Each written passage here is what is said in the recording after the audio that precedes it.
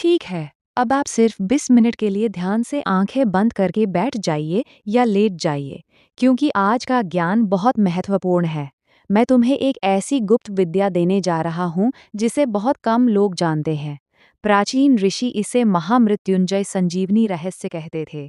महामृत्युंजय मंत्र कोई साधारण मंत्र नहीं है। ये शिव का वो स्वरूप है जो सुगंध बनकर जीवन को पुष्ट करता है और उर्वारुक की तरह हमें मृत्यु से सहज मुक्त कर देता है। तो चलिए शुरू करते हैं महामृत्युंजय मंत्र और उसकी गुप्त संजीवनी विधि की यात्रा। उससे पहले आप चैनल को सब्सक्राइब और वीडियो को लाइक कर देना, ताकि मैं समझ जाऊं कि आपने मुझे ये ज्ञान आप तक पहुंचाने के लिए आशीर्वाद दे दिया। धन्यवाद। हर हर महादेव। आज हम बात करेंगे सनातन धर्म के सबसे शक्तिशाली और रहस्यमय मंत्रों में से एक महामृत्युंजय मंत्र की और उससे जुड़ी गुप्त संजीवनी विधि की। ये मंत्र केवल शब्दों का समूह नहीं है, ये ध्वनि विज्ञान, प्राण ऊर्जा और चेतना को जगाने का सूत्र है। ऋग्वेद के मंडल 7, सूक्त 51 मंत्र 12 में ये पहली बार प्रकट होता है और इसे रुद्र मंत्र या त्रंबक मंत्र भी कहते हैं।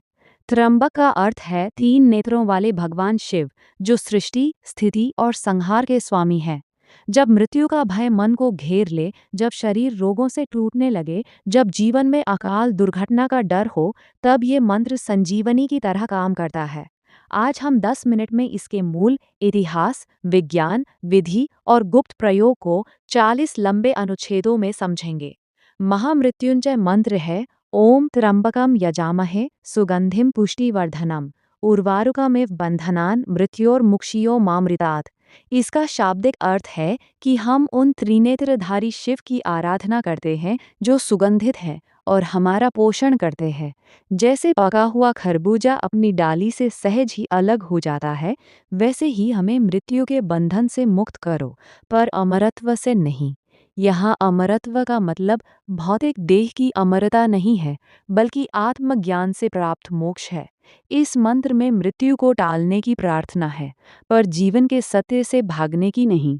यही इसका सबसे बड़ा रहस्य है कि ये मंत्र जीवन और मृत्यु दोनों को स्वीकार करता है और दोनों के बीच संतुलन बनाता है। अब बात करते हैं इस मंत्र की उत्पत्ति की कथा की। सबसे प्राचीन कथा ऋषि मृकंडू और उनके पुत्र मार्कंडेय से जुड़ी है। मृकंडो को शिवक पर रसान नहीं थी। उन्होंने शिव की घोर तपस्या की।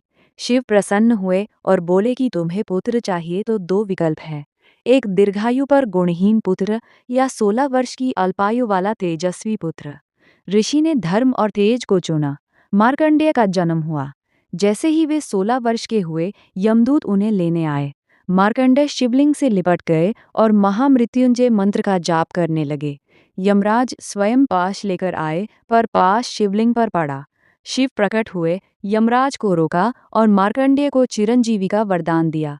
तब से ये मंत्र अकाल मृत्यु को टालने वाला माना गया। दूसरी महत्वपूर्ण कथा शुक्राचार्य से जुड़ी है और यहीं से संजीवनी विधि का संबंध जुड़ता है। दैत्य गुरु शुक्राचार्य ने भगवान शिव की कठोर तपस्या कर मृत संजीवनी विद्या प्राप्त की थी। इस विद्या से वे युद्ध में मरे हुए असुरों को पुनः जीवित कर देते थे। देवता परेशान हो गए। संजीवनी विद्या का मूल महामृत्युंजय मंत्र ही था, पर उसकी विशेष गुप्त विधि, स्वर, लय और न्यास के साथ। शुक्राचार्य ने इस मंत्र को विशिष्ट संख्या, विशिष्ट दिशा और विशिष्ट हवन सामग्री के साथ सिद्ध किया था। बाद में बृहस्पति के पुत्र कच्छ ने शुक्राचार्य से ये विद्या सीखी, पर देव दानव युद्ध में संतुलन बना रहे, इसलिए इसका प्रयोग सीमित कर दिया गया। अब समझते हैं कि महामृत्युंजय मंत्र और संजीवनी विधि में अंतर क्या है। महामृत्युंजय मंत्र सामान्य जाप है जो कोई भी कर सकता है। इसके लिए दीक्षा आवश्यक नहीं, बस श्रद्धा चाहिए। पर संजीवनी विधि एक तांत्रिक और वैदिक मिश्रित प्रयोग है। इसमें मंत्र के साथ बीज मंत्र, संपुट, कीलक, न्यास, माला विशेष, हवन सामग्री, समय विशेष और संकल्प विशेष जुड़ते हैं। ये विधि गुरु मुख से ही ली जाती है, क्योंकि इसकी ऊर्जा बहुत तीव्र होती है। गलत उच्चारण या गलत संकल्प से उल्टा प्रभाव भी हो सकता है।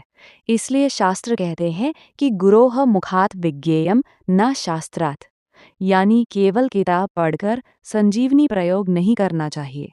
मंत्र के प्रत्येक शब्द का गहरा विज्ञान है।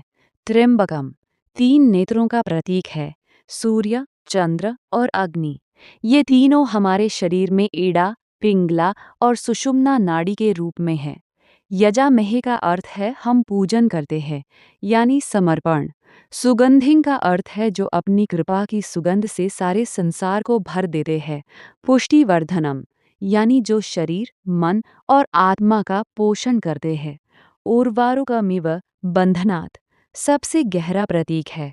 खरबूजा जब पकता है तो डाली से खुद ब खुद अलग हो जाता है, उसे तोड़ना नहीं पड़ता। वैसे ही जब जीवन का कार्मिक फल पूरा हो जाए तो मृत्यु सहज हो, पीड़ादायक न हो। मृत्यु उन्मुक्षी का अर्थ है मृत्यु से मुक्ति, और माँ अमृतात् का अर्थ है पर अमरता से नहीं, यानी मोक्ष से वंचित न करो। आधुनिक विज्ञान की दृष्टि से देखें तो महामृत्युंतम मंत्र की ध्वनि तरंगे बहुत विशेष हैं। जब हम ओम का उच्चारण करते हैं तो उसकी आवृत्ति 4 हर्ट्ज के आसपास होती है, जो ब्रह्मांड की प्राकृतिक आवृत्ति मानी जाती है। त्र्यंबकम शब्द में ट, र, य, म, ब, क की ध्वनियाँ नाभि से लेकर मस्तिष्क तक के चक्रों को कंपन देती है। लगातार जाप से वेगस नर्व उत्तेजित होती है, जिससे पैरासिम्पैथिक नर्वस सिस्टम सक्रिय होता है। इसका परिणाम है हृदय गति का संतुलन, रक्तचाप का नियंत्रण और तनाव हार्मोन कोर्टिसोल का कम होना। यही कारण है कि आईसीयू में भी कई डॉक्टर अब मंत्र चिकित्सा को सहायक थेरेपी के रूप में स्वीकार करने लगे हैं। अब बात करते हैं मूल विधि की, जो कोई भी घर पर कर सकता है। सबसे पहले स्नान करके शुद्ध सफ़ेद या पीले वस्त्र पहनें। पूर्व या उत्तर दिशा की ओर मुख करके बैठें। सामने शिवलिंग या शिव का चित्र रखें। रुद्राक्ष की माला से जाप करें। सबसे सरल संकल्प है कि हे महादेव, मेरे और मेरे परिवार के आरोग्य, दीर्घायु और अकाल मृत्यु से रक्षा के लिए मैं ये जाप कर रहा हूँ। फिर 108 बार मंत्र का जाप करें। जाप करते समय आंखें बंद रखें और ध्यान आज्ञा चक्र या हृदय चक्र पर रखें। जाप के बाद भगवान शिव को जल, बिल्वपत्र और सफ़ेद फूल अर्पित करें। ये सामान्य प्रयोग है, इसे रोज़ 10 मिनट करने से भी अद्भुत लाभ मिलते हैं। अब चलते हैं संजीवनी विधि के मूल सिद्धांत की ओर। ये विधि 3 स्तरों पर काम करती है: कायाकल्प, प्राण रक्षा और कर्मक्षय। कायाकल्प स्तर पर ये शरीर की कोशिकाओं के पुनर्निर्माण को तेज करती है। प्राण रक्षा स्तर पर ये ऑरा को मजबूत करती है ताकि नकारात्मक ऊर्जा या दुर्घटना का प्रभाव कम हो। कर्मक्षय स्तर पर ये अकाल मृत्यु लाने वाले संचित कर्मों को जलाती है। इसलिए इसे संजीवनी कहा गया, यानी जो संजीवन दे, प्राण लौटा दे। पर याद रखें, ये विधि केवल योग्य गुरु के सानिध्य में और विशेष परिस्थिति में ही की जाती है, जैसे कोई व्यक्ति कोमा में हो या असाध्य रोग से ग्रस्त हो। संजीवनी विधि का पहला गुप्त अंग है विनियोग। बिना विनियोग के मंत्र अधूरा है। विनियोग है अस्य श्री महामृत्युंजय मंत्रस्य वसिष्ठ ऋषिः अनुष्टुप छंदः श्री त्र्यंबक रुद्रोदेता हौं बीजम जूं शक्ति स कीलकम मम सपरिवारस्य आयु आरोग्य ऐश्वर्य अभिवृद्ध्यर्थम अकालम मृत्यु निवारणार्थम जपे विनियोगः। बीज हौं शिव का बीज है, जूं शक्ति है जो मृत्यु को दूर करती है, और सह कीलकम है जो मंत्र को बांधता है। जब तक कीलक ना लगे मंत्र अकपता करण का ऊर्जा बिखर जाती है। संजीवनी विधि में कीलक को खोलने की विशेष क्रिया होती है। दूसरा गुप्त अंग है न्यास।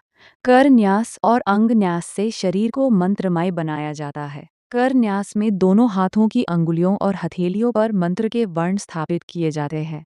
अंग न्यास में हृदय, सिर, शिखा, कवच, नेत्र और अस्त्र पर बीज स्थापित होते हैं, जैसे ओम, होम, जूं, सह, हृदयाय नमः। इससे साधक का शरीर स्वयं शिव स्वरूप हो जाता है। संजीवनी विधि में महान्यास भी किया जाता है, जिसमें 5 आवरणों में रुद्र के 11 रूपों का आवाहन होता है। ये प्रक्रिया 2 से 3 घंटे की होती है और इसे लघु रुद्र या महारुद्र के साथ जोड़ा जाता है। तीसरा गुप्त अंग है संपुट। संजीवनी विधि में महामृत्युंजय मंत्र को त्रिसंपुटित किया जाता है, यानी मूल मंत्र के आगे और पीछे विशेष मंत्र लगाते हैं। सबसे प्रचलित संपुट है ओम, होम जूं सह तो पूरा मंत्र बनता है ओम हों जूं सह ओम त्र्यंबकम यजामहे मामृतात् सह जूं हों ओम। इस संपुट से मंत्र की शक्ति 10 गुना बढ़ जाती है। कुछ परंपराओं में गायत्री मंत्र या मृत्युंजय गायत्री को भी संपुट के रूप में लगाते हैं, पर ये प्रयोग तभी करें जब गुरु ने दिया हो, क्योंकि ऊर्जा बहुत बढ़ जाती है और उसे संभालने के लिए शरीर और मन तैयार होने चाहिए। चौथा गुप्त अंग है जाप संख्या और समय। सामान्य जाप अंता है, पर संजीवनी प्रयोग में 1.25 लाख जाप का अनुष्ठान होता है। इसे 11 दिन, 21 दिन या 40 दिन में पूरा करते हैं। ब्रह्म मुहूर्त यानी सूर्योदय से 1005 घंटा पहले सबसे उत्तम समय है। रात्रि के 12 से 3 बजे का समय भी तांत्रिक संजीवनी प्रयोग के लिए शक्तिशाली माना जाता है, क्योंकि तब पृथ्वी की चुंबकीय ऊर्जा स्थिर होती है। मासिक शिवरात्रि, महाशिवरात्रि, प्रदोष व्रत और श्रावण मास में किया गया अनुष्ठान शीघ्र फल देता है। अनुष्ठान के दौरान ब्रह्मचर्य, भूमि शयन और सात्विक भोजन अनिवार्य है। पांचवा गुप्त अंग है हवन सामग्री। महामृत्युंजय हवन में विशेष समिधा और औषधियाँ डाली जाती हैं। समिधा के लिए पीपल, गूलर, पलाश, शमी और बेल की लकड़ी उपयोग होती है। हवन सामग्री में तिल, जौ, घी, गुग्गुल, गिलो, अपामार्ग, दूर्वा और मृत्युंजय यंत्र पर अभिमंत्रित भस्म मिलाई जाती है। प्रत्येक आहुति पर स्वाहा के साथ मंत्र बोला जाता है। 108, 1008 या 1 लाख आहुति का विधान है। हवन के धुएं में जो औषधीय तत्व होते हैं, वे फेफड़ों से रक्त में जाकर रोग प्रतिरोधक क्षमता बढ़ाते हैं। ये आयुर्वेद और मंत्र विज्ञान का संगम है। छठा गुप्त अंग है यंत्र और जल अभिमंत्रण। महामृत्युंजय यंत्र भोजपत्र पर अष्टगंध से बनाया जाता है और प्राण प्रतिष्ठा करके पूजा स्थान पर रखा जाता है। रोगी के सिरहाने जल पात्र रखकर उसमें रोज 108 बार मंत्र से अभिमंत्रित जल तैयार किया जाता है। वो जल रोगी को पिलाते हैं और उसके शरीर पर छिड़कते हैं। संजीवनी विधि में महामृत्युंजय कवच का पाठ भी साथ में होता है, जिसमें शरीर के हर अंग की रक्षा के लिए शिव के नामों का आवाहन है, जैसे ओम जूं सह शिरो में त्र्यंबकः पातु। ये कवच एक ऊर्जा ढाल का काम करता है। अब एक और प्राचीन कथा सुनिए जो संजीवनी के प्रभाव को दर्शाती है। राजा श्वेत नाम के एक धर्मात्मा राजा थे। उनकी मृत्यु का समय आ गया। यमदूत उन्हें लेने आए, पर राजा शिव भक्त थे। उन्होंने अंतिम समय में महामृत्युंजय मंत्र का मानसिक जाप शुरू किया। यमराज स्वयं आए, पर मंत्र की ऊर्जा से उनका पाश निष्फल हो गया। शिव प्रकट हुए और यमराज से कहा कि मेरा भक्त काल से परे है। राजा श्वेत को जीवन दान मिला। स्कंद पुराण में ये कथा विस्तार से है। इसका सार है कि सच्ची भक्ति और मंत्र शक्ति काल के विधान को भी शिथिल कर सकती है। अब बात करते हैं कि संजीवनी विधि कब नहीं करनी चाहिए। यदि उद्देश्य किसी का अहित हो, यदि लालच हो, यदि अहंकार हो, तो ये विद्या उल्टी पड़ती है। शुक्राचार्य ने भी जब देवताओं के विरुद्ध अत्यधिक प्रयोग किया तो भगवान विष्णु ने वामन अवतार में उनकी एक आंख फोड़ दी थी। इसलिए ये विद्या केवल रक्षा, चिकित्सा और धर्म के लिए है। दूसरा, बिना गुरु, बिना यम नियम, बिना शुद्धता के इसे करने से मानसिक असंतुलन, घर में अशांति या ऊर्जा का क्षय हो सकता है। इसलिए पहले सामान्य महामृत्युंजय जाप से शुरुआत करें, फिर गुरु अनुमति से आगे बढ़ें। आधुनिक जीवन में इस मंत्र का उपयोग कैसे करें? सुबह उठकर 3 बार बोलें, ये दिन की सुरक्षा कवच बन जाता है। यात्रा पर निकलते समय 11 बार बोलें। अस्पताल में किसी अपने के लिए जल अभिमंत्रित करके दें। डर, एंग्जाइटी या पैनिक अटैक में आंख बंद करके धीमी गति से जाप करें। 5 मिनट में ही नर्वस सिस्टम शांत हो जाएगा। बच्चों को सुलाते समय धीरे धीरे बोलें, उनकी ऑरा शुद्ध होती है। घर में रोज शाम को दीपक जलाकर 108 बार जाप करने से घर की नकारात्मक ऊर्जा कटती है। ये सबसे सरल संजीवनी है। अब एक गूढ़ रहस्य समझें। मृत्युंजय मंत्र वास्तव में महामृत्युंजय मंत्र का ही लघु रूप है। ओम जूं सह, इसे त्र्यक्षरी मृत्युंजय कहते हैं। इसे बीज मंत्र भी कहते हैं। संजीवनी विधि में जब रोगी बोलने की स्थिति में न हो तो उसके कान में गुरु केवल ओम जूं सह का जाप करते हैं। ये सीधे सूक्ष्म शरीर पर काम करता है। हों बीज आकाश तत्व, जूं वायु तत्व और सह अग्नि तत्व को संतुलित करता है। इन तीनों के बिगड़ने से ही मृत्यु आती है। इसलिए ये बीज त्रय संजीवनी का हृदय है। इसे अजपा जाप की तरह श्वास के साथ भी किया जा सकता है। अब बात करते हैं लघु रुद्र और महारुद्र से संबंध की। संजीवनी अनुष्ठान में अक्सर 11 पंडितों द्वारा लघु रुद्र कराया जाता है। इसमें नमक चमक अध्याय के साथ 120 बार महामृत्युंजय मंत्र की आहुति होती है। महारुद्र में 11 लघु रुद्र यानी 231 बार पाठ होता है। अतिरुद्र में 11 महारुद्र यानी 1441 बार पाठ होता है। ये विराट ऊर्जा यज्ञ है। जब किसी राष्ट्र, समाज या परिवार पर सामूहिक संकट हो तो अतिरुद्र संजीवनी का काम करता है। केदारनाथ आपदा के बाद भी कई स्थानों पर अतिरुद्र हुए थे। अब एक और कथा, दधीची ऋषि की। वृत्रासुर को मारने के लिए इंद्र को वज्र चाहिए था। दधीची ने महामृत्युंजय की दीक्षा लेकर अपनी अस्थियां दान कर दी। उनकी अस्थियों से वज्र बना। यहाँ मृत्युंजय का अर्थ है मृत्यु पर विजय नहीं, बल्कि मृत्यु का स्वेच्छा से स्वीकार। संजीवनी विधि हमें यही सिखाती है कि जब मृत्यु टाली न जा सके तो वो मंगलमय हो, यशस्वी हो, कल्याणकारी हो। उर्वारुकमियों का यही भाव है। इसलिए ये मंत्र मोक्ष दाता भी है, केवल आयु दाता नहीं। संजीवनी विधि में दिशा का भी महत्व है। ईशान कोण यानी उत्तर पूर्व शिव का स्थान है, जाप वही करें। आसन ऊन या कुश का हो, माला रुद्राक्ष की हो। 5 मुखी सामान्य के लिए, 11 मुखी संजीवनी के लिए। माला को गांवमुखी में रखें, तर्जनी से स्पर्श न करें, मेरु लांघे नहीं। जाप के बाद माला को माथे से लगाकर प्रणाम करें। ये सब सूक्ष्म नियम ऊर्जा को संचित करते हैं। नियम टूटने से ऊर्जा क्षरण होती है, इसलिए संजीवनी विधि को व्रत की तरह निभाया जाता है। अब बात करते हैं चक्र विज्ञान की। महामृत्युंजय मंत्र अनाहत चक्र से शुरू होकर आज्ञा चक्र तक जाता है। हौं का स्पंदन मूलाधार, जूं का स्वाधिष्ठान और मणिपुर, सह का अनाहत, त्र्यंबकम का विशुद्धि और मुक्षीय मामृतात् का आज्ञा और सहस्रार पर प्रभाव पड़ता है। रोज जाप से कुंडलिनी धीरे धीरे ऊर्ध्वमुखी होती है। संजीवनी विधि में इसे शक्तिचालिनी मुद्रा और खेचरी मुद्रा के साथ जोड़ा जाता है, पर वो केवल गुरुगम्य है। आम साधक को केवल जाप और भक्ति पर ध्यान देना चाहिए। क्या महिलाएं ये जाप कर सकती हैं? हाँ, बिल्कुल। शास्त्रों में कोई निषेध नहीं है। गार्गी, मैत्रेयी जैसी ऋषिकाएं वेद मंत्रों की द्रष्टा थी।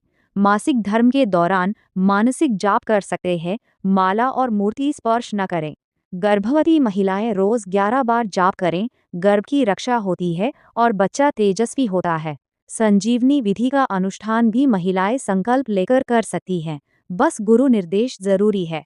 शिव और शक्ति एक है, तो शक्ति स्वरूपा स्त्री को कैसे रोक सकते हैं? अब एक व्यावहारिक 40 दिन का लघु संजीवनी प्रयोग बताता हूँ, जो कोई भी कर सकता है। संकल्प लें कि 40 दिन तक रोज 108 बार जाप करूंगा।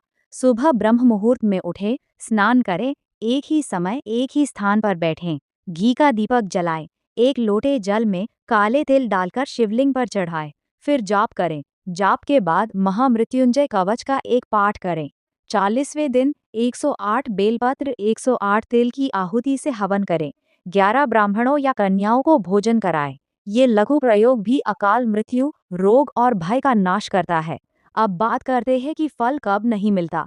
4 कारण हैं: अश्रद्धा, दुराचार, अधूरा उच्चारण और फल की अति आसक्ति। मंत्र कामधेनु है, पर पात्रता चाहिए। यदि कोई व्यक्ति जाप कर रहा है पर साथ में मांस, मदिरा, झूठ, पर निंदा कर रहा है तो ऊर्जा कट जाती है। इसलिए जाप काल में यम नियम का पालन जरूरी है। दूसरा, फल की जल्दबाजी न करें। किसान बीज बोकर रोज खोदकर नहीं देखता। जाप बो, श्रद्धा से सींचो, समय पर फल मिलेगा। संजीवनी भी धैर्य मांगती है। एक और कथा सुनिए जो श्रद्धा का महत्व बताती है। एक गरीब भील था, उसे मंत्र याद नहीं होता था। वो केवल त्र्यंबकम त्र्यंबकम बोलता था। एक दिन वो जंगल में शेर से घिर गया। मृत्यु सामने थी। उसने आंख बंद करके त्र्यंबकम त्र्यंबकम बोला। शिव ने शेर को जड़ कर दिया। भील बच गया। बाद में शिव ने स्वप्न में दर्शन देकर पूरा मंत्र दिया। कथा का सार है कि भगवान भाव देखते हैं, पर जब ज्ञान हो जाए तो विधि भी पूरी करो। इसलिए पहले भाव, फिर विधि, फिर अनुभव।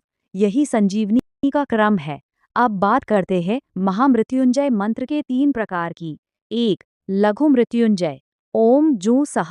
2 मध्य मृत्युंजय, ओम हौ जूं सह, ओम भूर्भुवः स्वः। 3 महामृत्युंजय, पूरा वेदोक्त मंत्र। संजीवनी विधि में तीनों का प्रयोग स्तर के अनुसार होता है। आपातकाल में लघु, सामान्य रोग में मध्य और असाध्य या अकाल मृत्यु निवारण में महामृत्युंजय। इसके अलावा मृत्युंजय गायत्री भी है।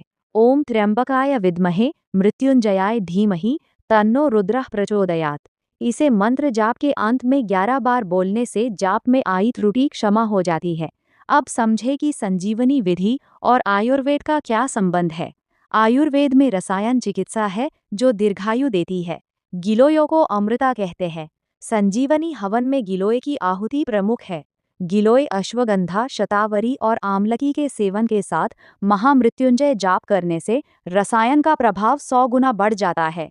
चरक संहिता में कहा है कि आचार, रसायन और दैव व्यपाश्रय चिकित्सा तीनों साथ हों तो असाध्य भी साध्य होता है।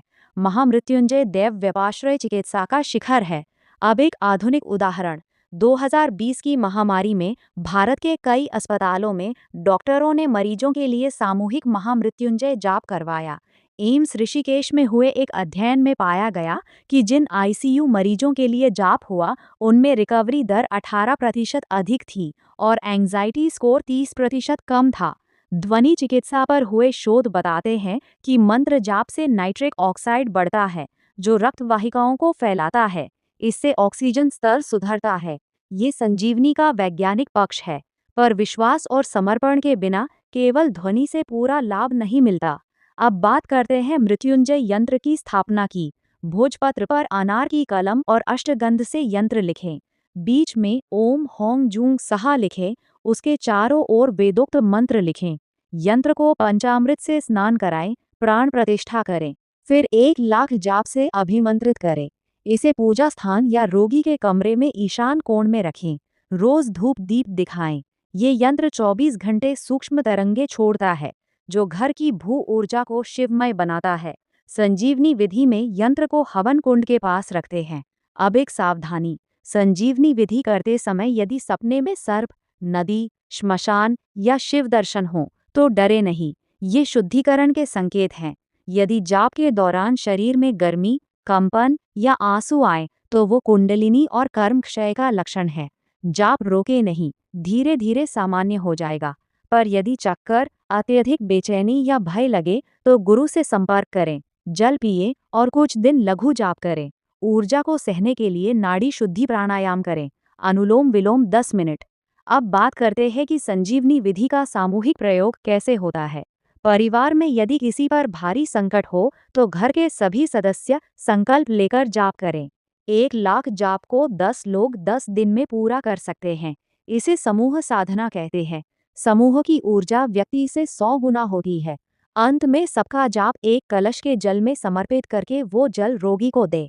मंदिरों में श्रावण मास में सामूहिक महारुद्र होता है। वो पूरे क्षेत्र के लिए संजीवनी है। अब एक और गुप्त रहस्य।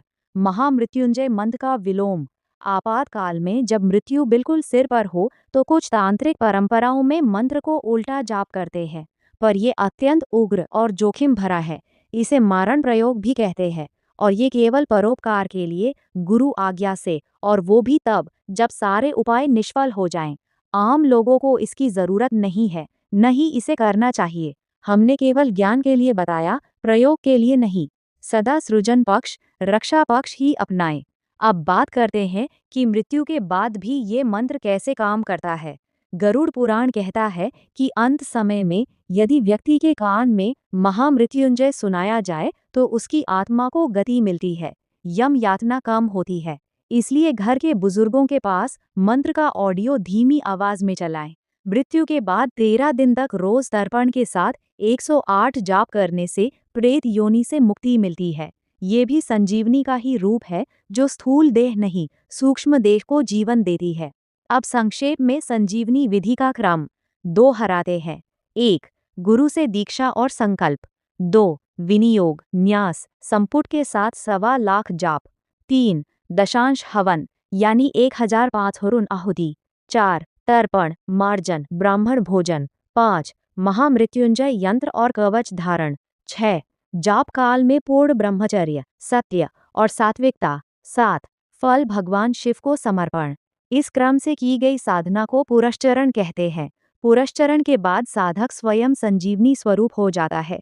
उसके आशीर्वाद से भी दूसरों का कल्याण होता है। अब एक प्रश्न, क्या केवल मंत्र से ही सब ठीक हो जाता है? नहीं, शास्त्र कहते हैं कि औषधम जाह्नवी तोयम, वैद्यो नारायणो हरिः, यानी दवा भी लो, डॉक्टर भी जाओ और साथ में मंत्र जाप करो।